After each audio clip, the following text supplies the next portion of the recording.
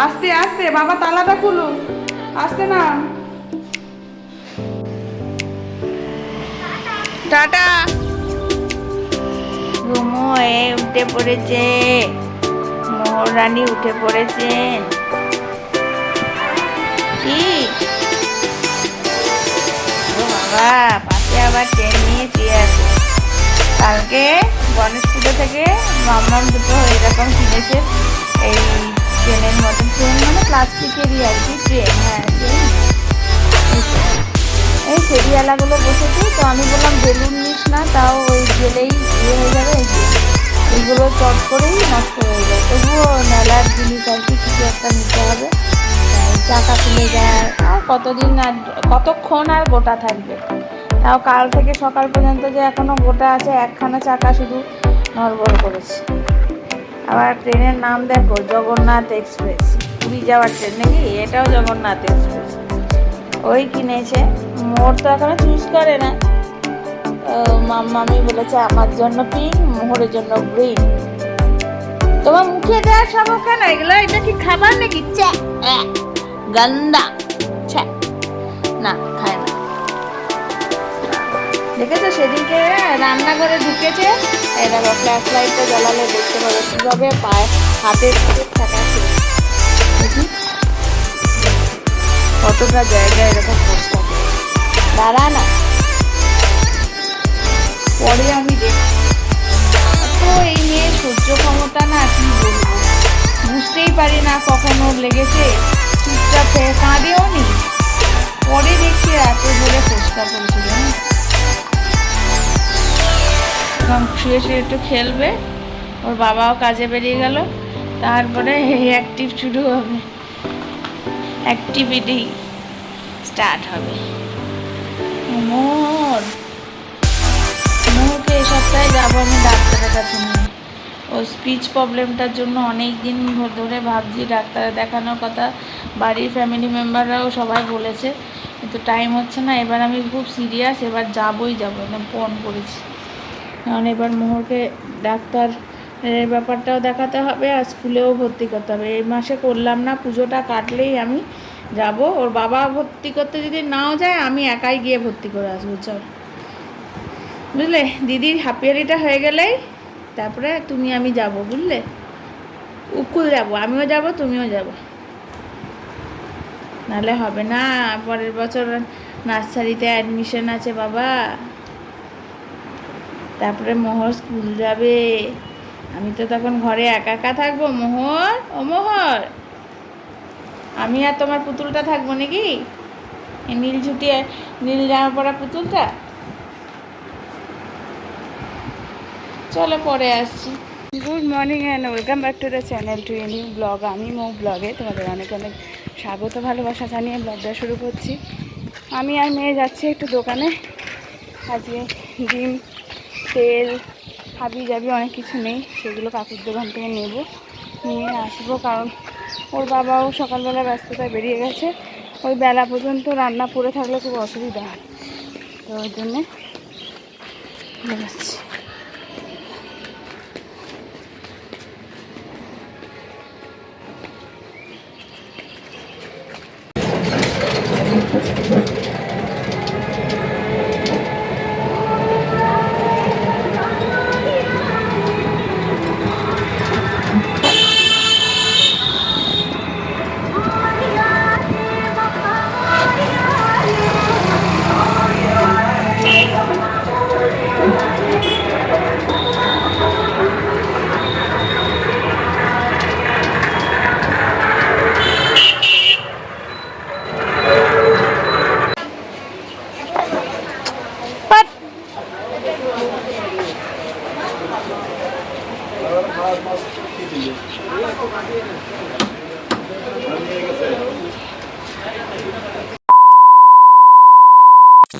কেমন আছে? হয়েছে? ওই বুক ব্যথাটা কমেছে না বুকে ব্যথা হচ্ছে? উঠেছো কেমন ব্যথা হচ্ছে?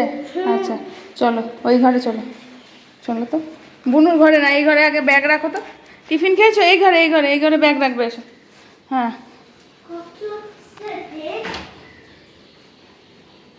হ্যাঁ, ককরোচটা ডেড হয়ে গেছে। কি করে? আমার পায়ে চেপা খেয়ে ডেড হয়ে গেছে।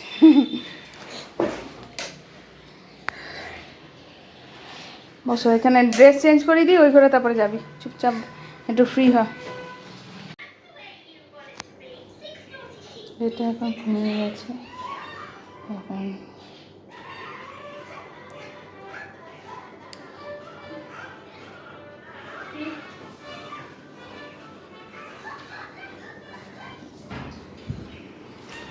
বাইরে চলে এলাম, কারণ হলো আমি এখন যাব স্নানে।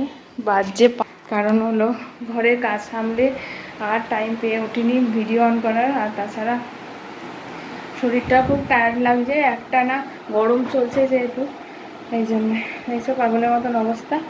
ঘরে ঝেড়ে একদম সব কিছু করে পড়তে বসেছে, পরে অবস্থা দেখা পাবো।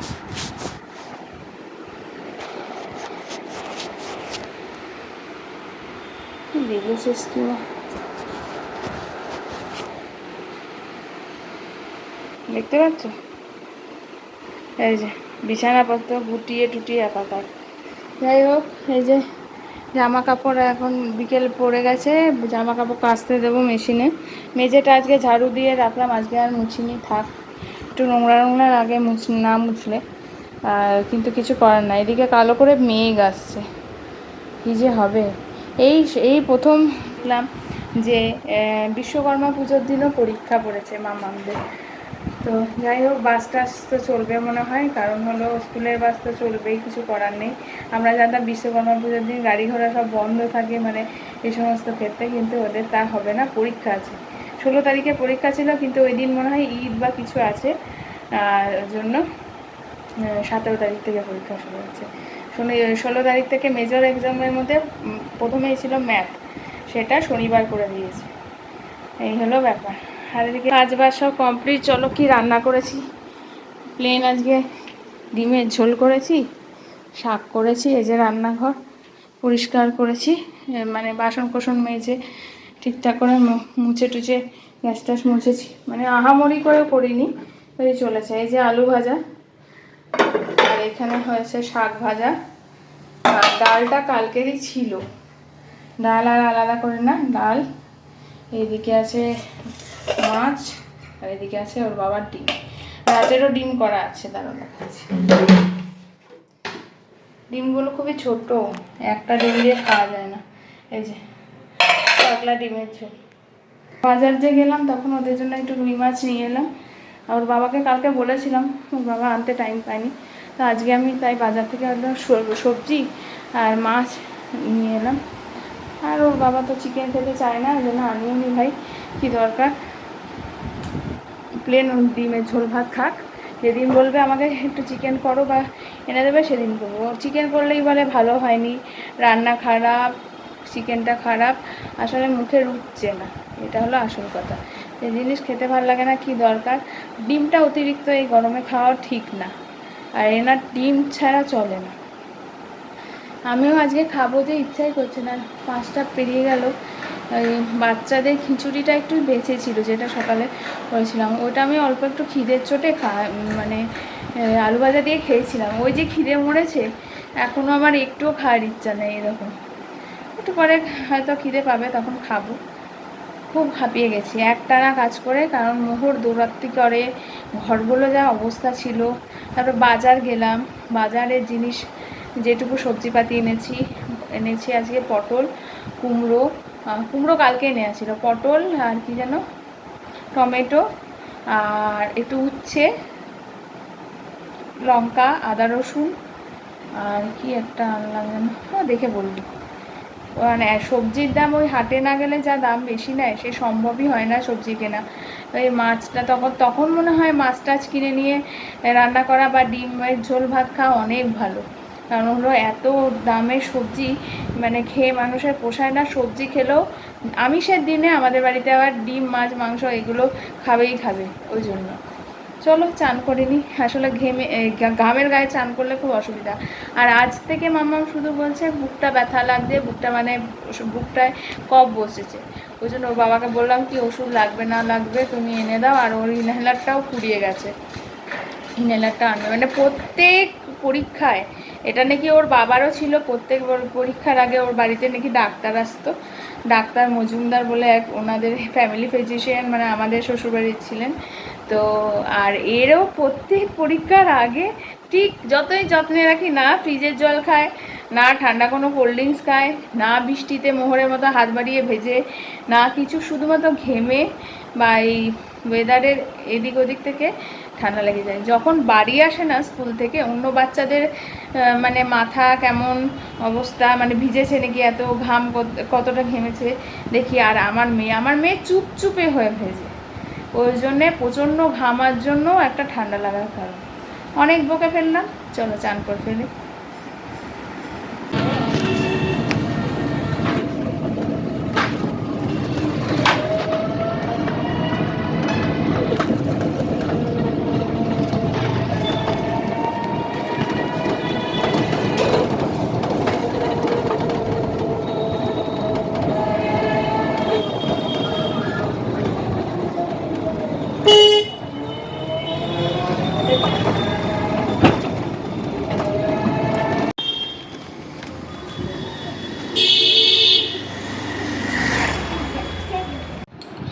মুড়ি খাওয়া হয়ে গেছে?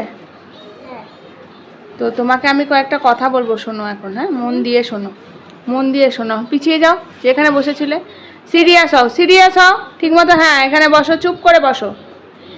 তোমার এখন কাজ কি বলো তো? প্রথমত এখন তুমি কয়েকদিন ধরে কার্টুন কম দেখবে, দেখবে কেন বলো তো? তোমার হাফ ইয়ারলি এক্সাম শুরু হচ্ছে, মাইনর এক্সামগুলো শুরু হচ্ছে 11 তারিখ থেকে, আর মেজরগুলো 16 তারিখ থেকে, ঠিক আছে? তো 16 সেপ্টেম্বর থেকে। তো এর জন্য এখন কিন্তু ভীষণ সিরিয়াস, এত দিন ধরে যে পড়াশোনাটা তুমি করছো, যেরকম স্কুলে গেছো, সেটা স্কুলে বলে দেবে কারণটা, ঠিক আছে? ওটা স্টাডি লিভও হতে পারে। সোজা বসো, আমার কথা কমপ্লিট হবে ততক্ষণ বসবে। তো তোমাকে এখন সিরিয়াসলি কি করতে হবে? স্টাডি করতে হবে, এক্সাম প্রিপারেশন। তোমার ঘুম পাচ্ছে কারণ তুমি ওই যে স্নিচ করছো, আমি ওষুধ দিয়েছি তার জন্য ঘুম পাচ্ছে। তাড়াতাড়ি খেয়ে শুয়ে পড়ো, কালকে স্যাটারডে, কালকে ঠিকমতো পড়াশোনা করতে হবে। বুধবার থেকে, ওয়েডনেসডে থেকে এক্সাম, ঠিক আছে? আজকে কি? আজকে ফ্রাইডে। খুব সিরিয়াসভাবে এক্সামটা দিতে হবে, ঠিক আছে? ইউনিট টেস্ট যেমন দিয়েছো, এটা কিন্তু এত ইজি না, এটা 75 নাম্বারের পরীক্ষা, অনেক সিরিয়াসলি লিখতে হবে, কমপ্লিট করতে হবে। 75 মার্কসের পরীক্ষা। হ্যাঁ, তুমি যেটা লিখতে দেবে এক্সামে প্রপারলি সেটা লিখতে হবে, অ্যান্সারগুলো সব কমপ্লিট করতে হবে, দেন আবার চেক করতে হবে কোনো স্পেলিং মিস্টেক আছে নাকি, কোনো দিকে কোনো ভুল করেছি নাকি, ঠিক লিখেছি নাকি। অনেক সময় আমরা ভাবি যে লিখছি ঠিক, কিন্তু পরে চেক করতে গিয়ে দেখবে স্পেলিং মিস্টেক করে দিয়েছি, ঠিক আছে? ঠিক আছে, তখন সেটা ইরেজ করে লিখতে হবে। এবার থেকে যতগুলো তুমি ঘরে হোমওয়ার্ক করবে প্রত্যেকটায় তোমাকে দেখতে হবে আরেকবার চেক করে। আর ঠিক পরীক্ষার আগে আগে তো তোর ঠান্ডা লাগবেই, কালকে ওয়েদারটার জন্য তোর আজকে ঠান্ডা লেগে গেছে। কথাগুলো কানে গেল? সিরিয়াসলি পড়াশোনা করতে হবে, যতক্ষণ বলবো আমি ততক্ষণ তুমি স্টাডি করবে। যা স্কুলে গেছো, যেটুকু শিখেছো হাফ ইয়ারলির, সেইটুকু তোমার এক্সামেই তোমাকে দেখিয়ে দিতে হবে তুমি কতটুকু জানো, ঠিক আছে? আর এক্সামে যদি ভালো না করো তাহলে তোমার কিন্তু যতই ভালো পড়াশোনা করো না কেন, কেউ তোমাকে ভালোবাসবে না। তখন কি হবে? এক্সামে তো ঠিক করে করতে হবে না, ঠিক তো? ঘুম পেয়ে গেছে তো? ঘুম পেয়েছে তোমার? পায়নি? ঠিক আছে। আর হ্যান্ড রাইটিং এতদিন ধরে শিখলে, প্রপারলি হ্যান্ড রাইটিং, ওই হ্যান্ড রাইটিংয়ে বন্ধ হয়ে যাবে মানেই তোমার হ্যান্ড রাইটিং ওই বড় বড় বাজে বাজে করলে কিন্তু হবে না। ম্যাম কিন্তু স্কুলে পাঠিয়ে দেবো আমি ম্যামকে, যে ম্যাম বলবে যে এতদিন ধরে হ্যান্ড রাইটিং করিয়েছি তবুও বাজে করছে, তখন কি হবে? কমপ্লেন করলে। মাথায় থাকে যেন কথাগুলো, হ্যান্ড রাইটিং প্রপারলি করতে হবে, সিরিয়াসলি, ঠিক আছে?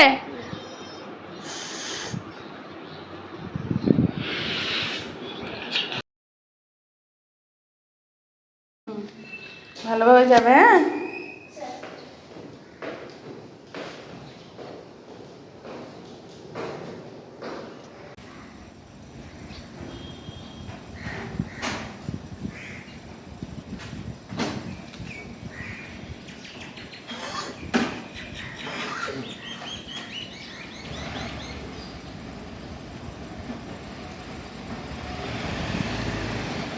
টাটা। ঘুমো হয়ে উঠে কি করছো? কি হাতে? Hair colour? ও এখন করতে হবে না, বহুকাল পরে। তোমার পুতুলটার কালার করে দেবো নাকি? ওর চুলটা বেশ ভালোই আছে, গোল্ডেন। মুখটা কালার করেছে, দেখো পুতুলটা।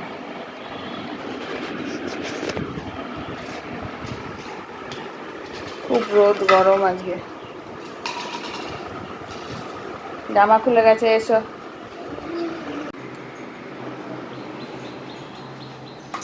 রোদের চোটে একদম সারা দিন এই আজকে প্রচণ্ড রোদ, গরম। উফ, আয়। পায়ে কি ব্যথা?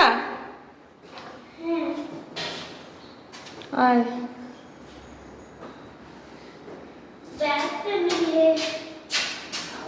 ব্যাগে এত ভারী হয়েছে, দাঁড়া, বুনো হাতে ধরা আছে। তুই জুতোটা খুলে চলে আয়। দাঁড়া, নামছি আমি। ব্যাগ নিচে রেখে দেবে, হ্যাঁ? আমি ব্যাগ নিয়ে আসবো।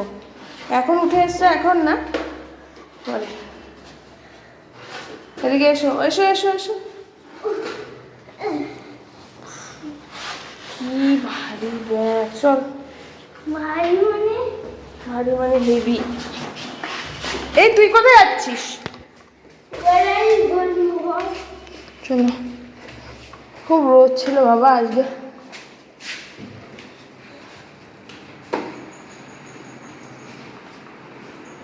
দাঁড়া, আমার না পাগল করে দিল।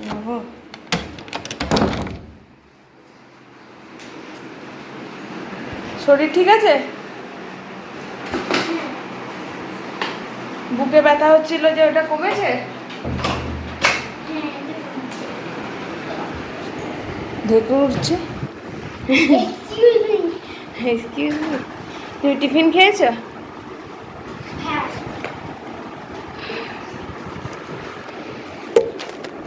স্কুল থেকে ফেরার পর বেসিক্যালি আমার কোনো ব্লগ করা হয়নি, বিশেষ কিছু কারণে। ঝগড়া অশান্তি শুরু হয়েছে দুজনের মধ্যে, হাজব্যান্ড ওয়াইফে, যা হয়। তো মাথা গরম থাকলে অনেক সময় অনেক কিছু কন্টিনিউ করা যায় না, জানোই তোমরা। তো তাই আর ব্লগ কন্টিনিউ করতে পারিনি।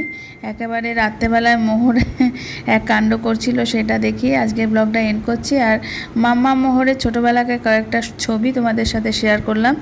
এগুলো আমার কাছে সব সময় মানে কি বলবো, অনেক প্রেশিয়াস, যেটা বলার তোমাদের অপেক্ষা রাখে না। আর এই দেখো মোহর কি সুন্দর পেন্ট করছে। এটা আমার মাথা গরমের মধ্যেও ভাবলাম না, এইটুকু তো শেয়ার করে রাখি। ওর কুট কাজগুলো সব সময় আমার খুবই মজা দেয়, আর তোমাদেরও দেখে খুব ভালো লাগে আমি জানি। এই জন্যে ও ঘুম পেয়ে গেছে, তবুও ওকে একটা স্কেচ পেন দিলে ও ওই পুতুলটাকে কালার করে। তো ওর দিদি ঘুমিয়ে গেছে অলরেডি, আর ও এরকম কালার করতে করতে ঘুমিয়ে যায়। আর আমি আর বাবা মাটিতে বসেছি খেতে। আমরা গরমকালে সবসময় মেঝেতে বসে খেতে পছন্দ করি। তো এই ঘরটায় তাই এদেরকে দেখাও হয়, খাওয়াও হয়। এই তো ব্যাপার। টিভিতে চলছে, দেখছোই, খবরের চ্যানেলে খবর চলছে। 1:05 বেজে গেছে। চলো তাহলে আজকে ব্লগটা এখানে এন্ড করে দিই। সবাই খুব ভালো থেকো, সুস্থ থেকো। কালকে আসছি আবার নতুন ব্লগ নিয়ে। আর ক্ষমা ত্রুটি করে নিও ব্লগ ডিসকন্টিনিউ হচ্ছে বলে। টাটা।